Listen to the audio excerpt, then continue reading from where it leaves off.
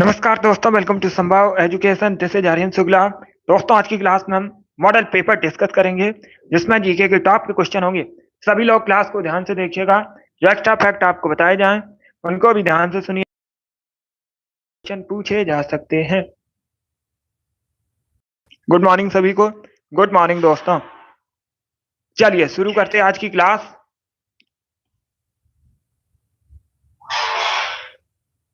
इसका आंसर करिएगा question number first के लिए। सभी जल्दी से आंसर करिए क्वेश्चन नंबर फर्स्ट के लिए। बताइए, वेटन कप किस खेल से संबंधित है? इसका राइट आंसर क्या होगा? क्रिकेट, हॉकी, बैडमिंटन या फिर फुटबॉल? इस प्रकार से ऑप्शन हैं। तो बताइए राइट आंसर क्या होगा? राइट आ रहा हूँ, आप लोग आंसर करिए। हॉकी से संबंधित है। या तो option number B correct answer है। बेटन कप हॉकी से संबंधित है, तो option number B correct answer होगा। परीक्षा में पूछा जाता है फील्ड हॉकी की एक टीम में खिलाड़ियों की संख्या कितनी होती है? 11 होती है। इंपॉर्टेंट है, इसे आप लोग याद रखिएगा। अब इसका आंसर करिए क्वेश्चन नंबर 2 के लिए। बताइए इसका राइट आंसर क्या होगा? निम्न में से कौन सी झील अपने स्थान की दृष्टि से असंगत?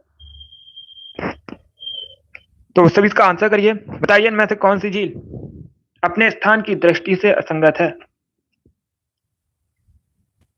तो इसका right answer option number A होगा, चिल्का लेक ओडिशा में। कई बार मैंने आपको बताया भी है, एनटीपीसी की परीक्षा में पूछा हुआ क्वेश्चन है, वैसे आप लोग याद रखिएगा। चिल्का लेक जो है ये ओडिशा में है। भारत की सबसे बड़ी खारे पानी की झील है और ये एक लैगून झील है। कहाँ पर है? ओडिशा में। बाकी आप लोग याद रखिएगा, बूलर जम्मू कश्मीर में है, सांबर राजस्थान में, लोनार महाराष्ट्र में। इसका right answer option number A होगा। अब इसका आंसर करिए क्वेश्चन नंबर 3 के लिए। डोगरी भाषा बताइए मुख्य रूप से इनमें से कहाँ बोली जाती है? आपको बताना है इनमें से कहां पर मुख्य रूप से डोगरी भाषा बोली जाती है। तो इसका right answer option number A होगा, जम्मू कश्मीर में। यस, ए करेक्ट आंसर होगा। जम्मू कश्मीर में इनमें से मुख्य रूप से डोगरी भाषा बोली जाती है। भारत का केंद्र शासित प्रदेश है जम्मू कश्मीर और इसका जो बॉर्डर है पाकिस्तान देश से भी मिलता है। अब इसका आंसर करिएगा क्वेश्चन नंबर 4 के लिए। निम्न में से किसने सितार का आविष्कार किया था? तो सभी इसका आंसर करिए। आपको इसका नाम बताना है जिसने सितार का आविष्कार किया था। जहांगीर, तानसेन, अमीर खुसरो या फिर सलीम खां? तो इसका right answer option number C होगा, Amir Khusro. Yes, C correct answer होगा। अमीर खुसरो ने सितार का आविष्कार किया था। सी करेक्ट आंसर होगा। बहुत अच्छे, सभी ने करेक्ट आंसर दिया इस बार आप सभी के राइट आंसर है। वेरी गुड दोस्तों। चलिए आगे बढ़ते हैं। तो सभी इसका आंसर करिए क्वेश्चन नंबर 5 के लिए। अंगूर में पूछा गया है कौन सा एसिड पाया जाता है? इसका राइट आंसर क्या होगा? इसका right answer option number C होगा, टार्टरिक एसिड। क्या करेक्ट आंसर होगा? Option number C correct answer होगा। अंगूर में टार्टरिक एसिड पाया जाता है। बाकी अगर हम ऑप्शन की बात करें, सभी लोग ध्यान से सुनिएगा। ऑक्जेलिक एसिड टमाटर में पाया जाता है। इंपॉर्टेंट है, पूछा जाता है टमाटर में कौन सा एसिड पाया जाता है? ऑक्जेलिक एसिड पाया जाता है। लैक्टिक एसिड खट्टे दूध में पाया जाता है। बाकी एस्कॉर्बिक एसिड विटामिन सी का केमिकल नेम है। तो इन चारों ऑप्शन को आप लोग याद रखिएगा, इंपॉर्टेंट है परीक्षा की दृष्टि से। इसका आंसर करिएगा क्वेश्चन नंबर 6 के लिए। बताइए राष्ट्रीय मानवाधिकार उपभोक्ता अधिकार दिवस कब मनाते हैं? Good morning. तो सभी इसका आंसर करिए क्वेश्चन नंबर 6 के लिए। ऑप्शंस को पढ़ लीजिएगा, उसके बाद ही आंसर करिए। जल्दबाजी में आपको आंसर नहीं देना है। राष्ट्रीय मानवाधिकार दिवस नहीं पूछा गया है, यह अलग क्वेश्चन है। राष्ट्रीय उपभोक्ता अधिकार दिवस पूछा गया है। तो इसका राइट आंसर क्या होगा? सभी को गुड मॉर्निंग। देखिए इसका right answer option number A होगा, 24 दिसंबर को। ए करेक्ट आंसर होगा इसका। क्या करेक्ट आंसर होगा? ऑप्शन नंबर ए इसका राइट आंसर। आप लोग याद रखिए, भारत में राष्ट्रीय उपभोक्ता अधिकार दिवस मनाते हैं 24 दिसंबर को। ए करेक्ट आंसर होगा। अगर पूछ लें अंतरराष्ट्रीय उपभोक्ता अधिकार दिवस कब मनाया जाता है, तब आप लोग याद रखिएगा 15 मार्च को प्रतिवर्ष। कब? 15 मार्च को प्रतिवर्ष अंतरराष्ट्रीय उपभोक्ता अधिकार दिवस मनाते हैं। भारत में कब मनाया जाता है? 24 दिसंबर को। इसका आंसर करिएगा क्वेश्चन नंबर 7 के लिए। सब इसका आंसर करिए क्वेश्चन नंबर 7 के लिए। बताइए इसका राइट आंसर क्या होगा? प्रश्न इस प्रकार से है, मालवा पठार की प्रमुख मिट्टी आपको बताना है क्या है।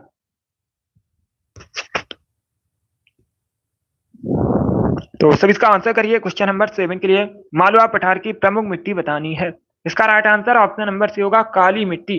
सी करेक्ट आंसर होगा। तो काली मिट्टी है, मालवा पठार की प्रमुख मिट्टी है, option number C correct answer होगा। बाकी आप लोग याद रखिएगा, कपास की खेती के लिए सबसे अच्छी मिट्टी होती है काली मिट्टी। इंपॉर्टेंट है, इसे याद रखिएगा। इसके साथ ही याद रखिएगा, काली मिट्टी को रैगुर मिट्टी के नाम से भी जाना जाता है। ये पूछा जाता है प्रश्न, अन्य नाम क्या है काली मिट्टी का? रैगुर मृदा, रैगुर मिट्टी के नाम से भी जानते हैं। अब इसका आंसर करिएगा क्वेश्चन नंबर 8 के लिए।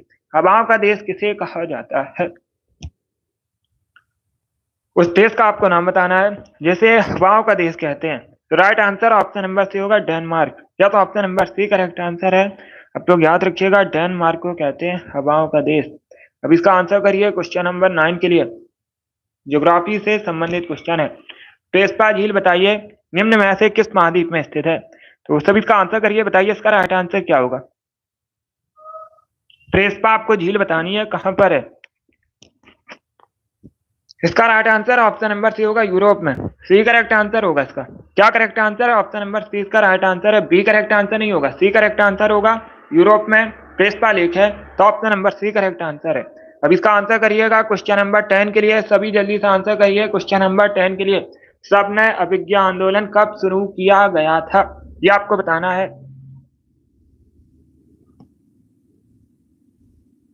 सभी जल्दी से आंसर करिएगा, बताइए इसका राइट आंसर क्या होगा। ऑप्शन को पढ़ लीजिएगा, उसके बाद ही आंसर करिए, जल्दबाजी में आपको आंसर नहीं देना है। डी करेक्ट आंसर होगा 1930 में। 1930 में सबने अभिज्ञा आंदोलन शुरू हुआ था, नेतृत्व किया था महात्मा गांधी ने। अब इसका आंसर करिएगा क्वेश्चन नंबर 11 के लिए। बताइए इसका राइट आंसर क्या होगा। शेषाचलम बायोस्फीयर रिजर्व निम्न में से कहां पर है? तो सभी इसका आंसर करिए क्वेश्चन नंबर 11 के लिए। यस साल्वी, जरूर। अब इसका आंसर करिएगा क्वेश्चन नंबर 11 के लिए। क्या पूछा गया है? शेषाचलम बायोस्फीयर रिजर्व निम्न में से किस राज्य में है? इसका right answer option number D होगा, आंध्र प्रदेश में। क्या करेक्ट आंसर होगा? डी करेक्ट आंसर होगा। डी करेक्ट आंसर होगा इसका। आंध्र प्रदेश करेक्ट आंसर होगा। यह ग्रुप डी की परीक्षा में पूछा हुआ क्वेश्चन है। इसका right answer option number D होगा। अब इसका आंसर करिएगा क्वेश्चन नंबर 12 के लिए। बताइए भारत में निजी क्षेत्र का बैंक कौन सा है इनमें से? तो सभी इसका आंसर करिएगा। भारत में निजी क्षेत्र का बैंक आपको बताना है इनमें से कौन सा है। इसका right answer option number B होगा, Kotak Mahindra bank. Yes, B correct answer होगा। कोटक महिंद्रा बैंक जो है भारत में निजी क्षेत्र का बैंक है, तो option number B correct answer होगा। अब इसका आंसर करिएगा क्वेश्चन नंबर 13 के लिए।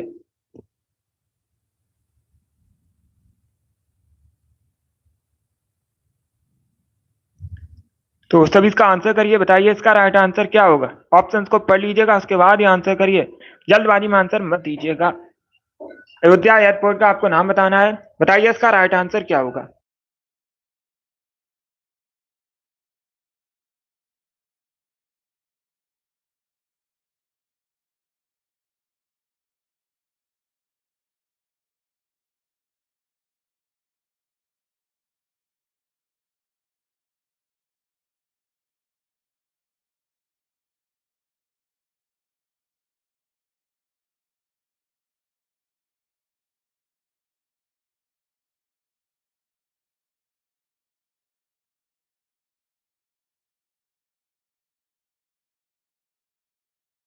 इसका आंसर करिएगा क्वेश्चन नंबर 13 के लिए। बताइए राइट आंसर क्या होगा।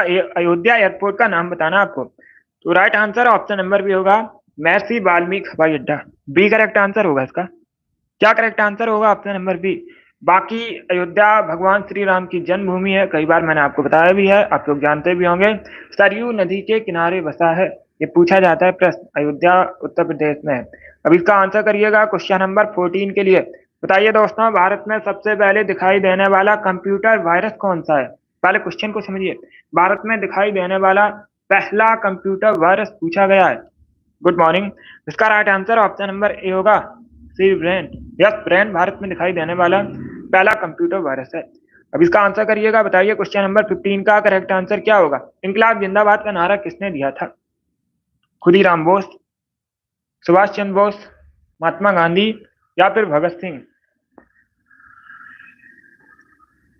डी करेक्ट आंसर होगा भगत सिंह ने। Yes, option number D correct answer है। इंकलाब जिंदाबाद का नारा दिया था भगत सिंह ने। तो option number D correct answer है। अब इसका आंसर करिएगा क्वेश्चन नंबर 16 के लिए। इको मार्क प्रतीक आपको बताना है किससे संबंधित है। इसका राइट आंसर क्या होगा? इको मार्क प्रतीक बताइएगा किससे संबंधित है। इसका right answer option number B होगा, पर्यावरण के लिए सुरक्षित सामग्री से संबंधित है। तो option number B correct answer होगा। अब इसका आंसर करिएगा क्वेश्चन नंबर 17 के लिए। बताइए क्वेश्चन नंबर 17 का करेक्ट आंसर। निग्रो नदी निम्न में से किसकी सहायक नदी है? नाइजर, जाम्बेजी, अमेजन या फिर नील। इस प्रकार से ऑप्शन हैं। तो सभी इसका आंसर करिएगा, बताइए इसका राइट आंसर क्या होगा। इसका right answer option number C होगा, अमेजन की सहायक नदी है निग्रो। सी करेक्ट आंसर होगा क्वेश्चन नंबर 17 का। सी करेक्ट आंसर है इसका। अब इसका आंसर करिएगा क्वेश्चन नंबर 18 के लिए। बताइए ब्रह्मगिरी वन्यजीव अभ्यारण्य कहां पर है? उत्तर प्रदेश, तमिलनाडु, मिजोरम या फिर कर्नाटका में। ब्रह्मगिरी वन्यजीव अभ्यारण्य आपको बताना है कहां पर है। डी करेक्ट आंसर होगा कर्नाटका में।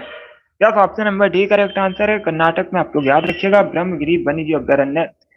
अब इसका आंसर करिए क्वेश्चन नंबर 19 के लिए। बताइए भारत का राष्ट्रीय युद्ध स्मारक कहां पर है? राजकोट, कोच्चि, लखनऊ या फिर नई दिल्ली। तो नई दिल्ली करेक्ट आंसर होगा। नई दिल्ली में भारत का राष्ट्रीय युद्ध स्मारक स्थित है। अब इसका आंसर करिए क्वेश्चन नंबर 20 के लिए। क्वेश्चन नंबर 20 के लिए आंसर करिए, टोडा जनजाति मुख्यतः कहाँ निवास करती है? अभी ये 4 ऑप्शन दिए गए हैं, इन ऑप्शंस को पढ़ लीजिएगा, उसके बाद ये आंसर करिए। जल्दबाजी में आपको आंसर नहीं देना है। टोडा जनजाति के लोग मुख्यतः कहाँ निवास करते हैं? तो इसका right answer option number C होगा, तमिलनाडु में। यस, सी करेक्ट आंसर होगा। क्या करेक्ट आंसर है? सी करेक्ट आंसर है, तमिलनाडु। इसका आंसर 1 के लिए। बताइए भारतीय संविधान की 11वीं अनुसूची में कितने विषय हैं टोटल? भारतीय संविधान की जो 11वीं अनुसूची है, इसमें आपको बताना है टोटल विषय कितने हैं। तो सी करेक्ट आंसर होगा, 29 विषय हैं। सी करेक्ट आंसर होगा। अब इसका आंसर करिएगा क्वेश्चन नंबर 22 के लिए। बताइए किस मौर्य शासक को यूनानियों द्वारा अमित्रघात कहा जाता था? आपको उस मौर्य शासक का नाम बताना है जिसे यूनानियों द्वारा अमित्रघात कहा जाता था। इसका राइट आंसर क्या होगा? इसका right answer option number B होगा, बिंदुसार को। यस, बी करेक्ट आंसर होगा, बिंदुसार को यूनानियों द्वारा अमित्रघात कहा जाता था। बी करेक्ट आंसर होगा। बी करेक्ट आंसर होगा इसका। बताइए इंसुलिन का आविष्कार किसने किया था? आपको बताना है इंसुलिन का आविष्कार किसने किया था। इंसुलिन की कमी से मधुमेह रोग होता है, आप लोग याद रखिएगा। और विश्व मधुमेह दिवस प्रतिवर्ष 14 नवंबर को सेलिब्रेट करते हैं। इसका right answer option number B होगा, F Banting. Yes, B correct answer होगा, एफ बैटिंग ने इंसुलिन का आविष्कार किया था। अब इसका आंसर करिएगा क्वेश्चन नंबर 24 के लिए। सभी जल्दी से आंसर करिए क्वेश्चन नंबर 24 के लिए। बताइए राइट आंसर क्या होगा। कावल टाइगर रिजर्व निम्न में से किस राज्य में स्थित है? कावल टाइगर रिजर्व आपको बताना है इनमें से किस राज्य में स्थित है। मध्य प्रदेश, महाराष्ट्र, कर्नाटक या फिर तेलंगाना में। तो इसका right answer option number D होगा, तेलंगाना में। क्या करेक्ट आंसर होगा? डी करेक्ट आंसर है, तेलंगाना में भारत में। आप लोग याद रखिएगा कावल टाइगर रिजर्व स्थित है।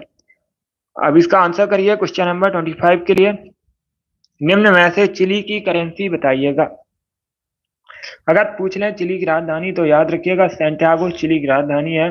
करेंसी पैसो है, ए करेक्ट आंसर होगा। चिली की मुद्रा क्या है? पैसो। Option number A correct answer है। अब इसका आंसर करिए क्वेश्चन नंबर 26 के लिए।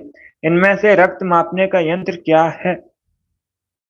रक्त मापक यंत्र बताइएगा इनमें से कौन सा है। तो इसका right answer option number A होगा, स्फिग्नोमैनोमीटर। ए करेक्ट आंसर होगा। क्वेश्चन नंबर 27 के लिए आंसर करिए, महाराष्ट्र का सुकरात किसे कहते हैं? महाराष्ट्र का सुकरात कहते हैं एमजी रानाडे को, और ये एक समाज सुधारक थे। डी करेक्ट आंसर होगा। इसका राइट आंसर क्या होगा? भारत की पहली महिला अशोक चक्र विजेता बताइए, उनका नाम आपको बताना है। तो इसका right answer option number C होगा, Neeja Banot. Yes, C correct answer होगा। नीजा बनोट जो है भारत की पहली महिला अशोक चक्र विजेता है। Option number C correct answer होगा। बाकी ऑप्शंस की अगर हम बात करें, सभी लोग ध्यान से सुनिएगा। आशापूरा देवी ज्ञानपीठ पुरस्कार प्राप्त करने वाली भारत की पहली महिला हैं। कौन? आशापूरा देवी। बाकी बछेंद्री पाल माउंट एवरेस्ट पर जाने वाली भारत की पहली महिला हैं, बछेंद्री पाल। सुष्मिता सेन पहली भारत की मिस यूनिवर्स हैं। तो इन चार ऑप्शन को आप लोग याद रखिए, इंपॉर्टेंट है परीक्षा की दृष्टि से। 29 के लिए आंसर करिए, बताइए इसका राइट आंसर क्या होगा। 29 है ये क्वेश्चन नंबर। फतुहात ए फिरोज शाही में उसके प्रशासनिक उपलब्धियों का रिकॉर्ड दिया गया है।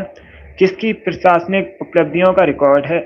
तो सभी इसका आंसर करिए, बताइए इसका राइट आंसर क्या होगा। गुलबदन बेगम, अबुल फजल, जियाउद्दीन वर्नी या फिर Firoz Tughlaq. C correct answer नहीं होगा, आप सभी के आंसर गलत हैं। इसका राइट आंसर क्या होगा? डी करेक्ट आंसर होगा, फिरोज शाह तुगलक। या तो option number D correct answer है, आप लोग याद रखिएगा। फिरोज शाह तुगलक की आत्मकथा है ये। फिरोज शाह तुगलक की आत्मकथा है फतुहात-ए फिरोज शाही, तो डी करेक्ट आंसर होगा।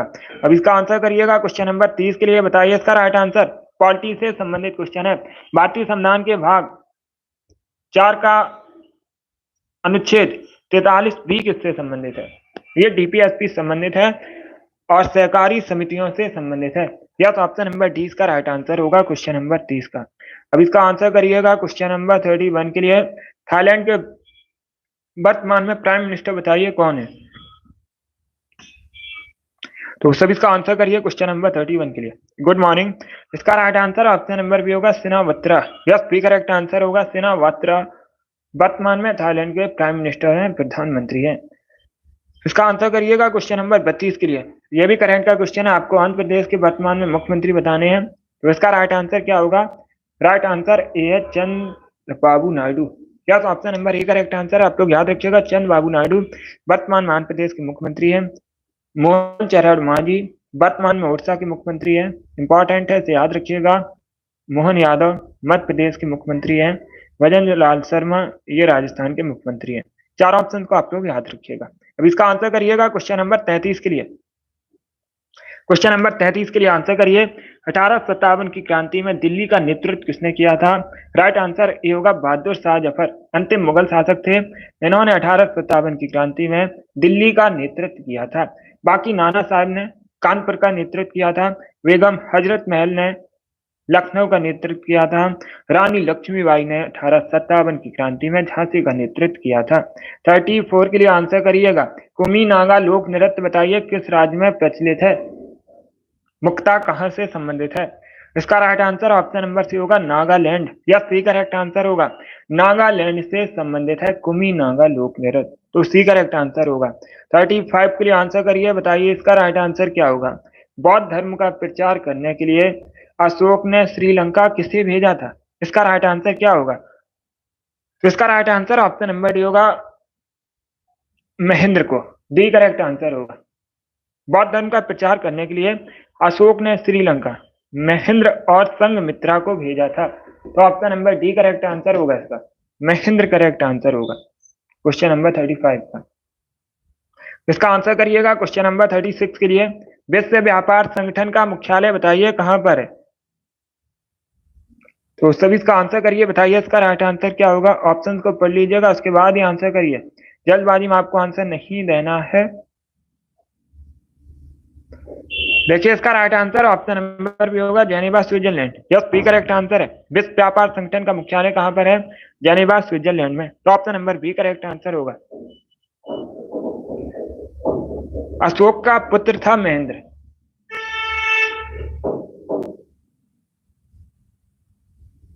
चलिए आगे बढ़ते हैं। अब इसका आंसर करिएगा क्वेश्चन नंबर 37 के लिए। क्वेश्चन नंबर 37 के लिए आंसर करिए, बताइए चोल राजाओं ने किस धर्म को संरक्षण दिया था?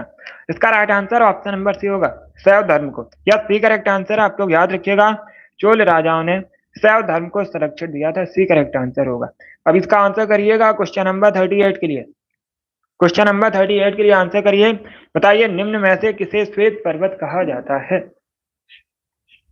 तो सभी इसका आंसर करिए, बताइए इसका राइट आंसर क्या होगा। इनमें से किसे कहते हैं श्वेत पर्वत? Right answer option number D होगा धौलागिरी को। Yes, option number D correct answer है, आप लोग याद रखिएगा।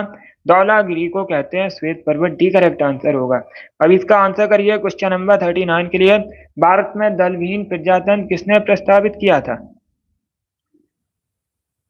तो सभी जल्दी से आंसर करिए, बताइए इसका राइट आंसर क्या होगा। भारत में दलविहीन प्रजातंत्र किसने प्रस्तावित किया था? इसका right answer option number D होगा जयप्रकाश नारायण। यस, जयप्रकाश नारायण ने भारत में दल विहीन प्रजातंत्र प्रस्तावित किया था।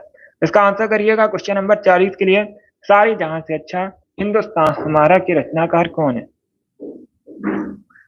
ए करेक्ट आंसर होगा इकबाल। यस, कौन है रचनाकार? इकबाल, ए करेक्ट आंसर होगा।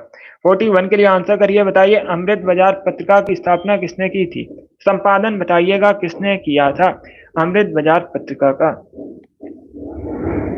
तो इसका right answer option number D होगा Sisir Kumar Ghosh. Yes, option number D correct answer है। 42 के लिए आंसर करिए, बताइए इसका राइट आंसर क्या होगा। मुंडा क्रांति के नेता कौन थे? 1899 1900 में हुई थी मुंडा क्रांति। इसके नेता आपको बताना है नेतृत्व किसने किया था। तो सी करेक्ट आंसर होगा बिरसा मुंडा ने, सी करेक्ट आंसर होगा। अब इसका आंसर करिएगा क्वेश्चन नंबर 43 के लिए। भारत का राष्ट्रीय पंचांग किस संवत पर आधारित है? सभी जल्दी से आंसर करिए। भारत का जो राष्ट्रीय पंचांग है किस संवत पर आधारित है? विक्रम संवत, कली संवत, शक संवत या फिर इनमें से कोई नहीं?